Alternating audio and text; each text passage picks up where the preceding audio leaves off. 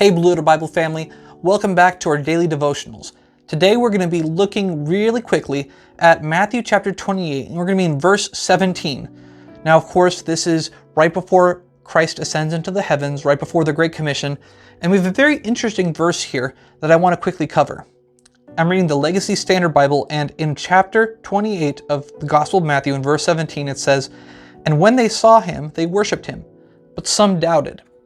Now this is an interesting verse, right? We do see in other Gospels, we have accounts of Thomas doubting, for example.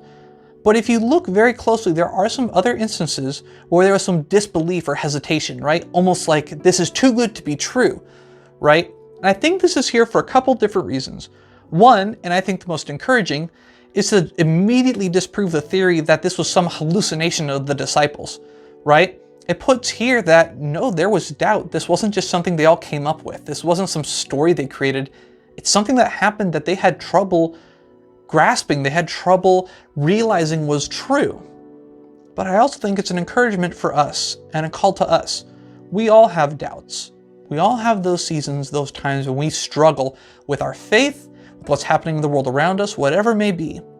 Even the people who saw Christ, who were with him through his earthly ministry, they still doubted.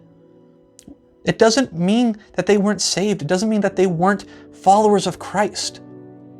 Instead, it should be an encouragement to all of us, just as I'm sure it was to them when they looked back, that they need to focus on Christ and look to him.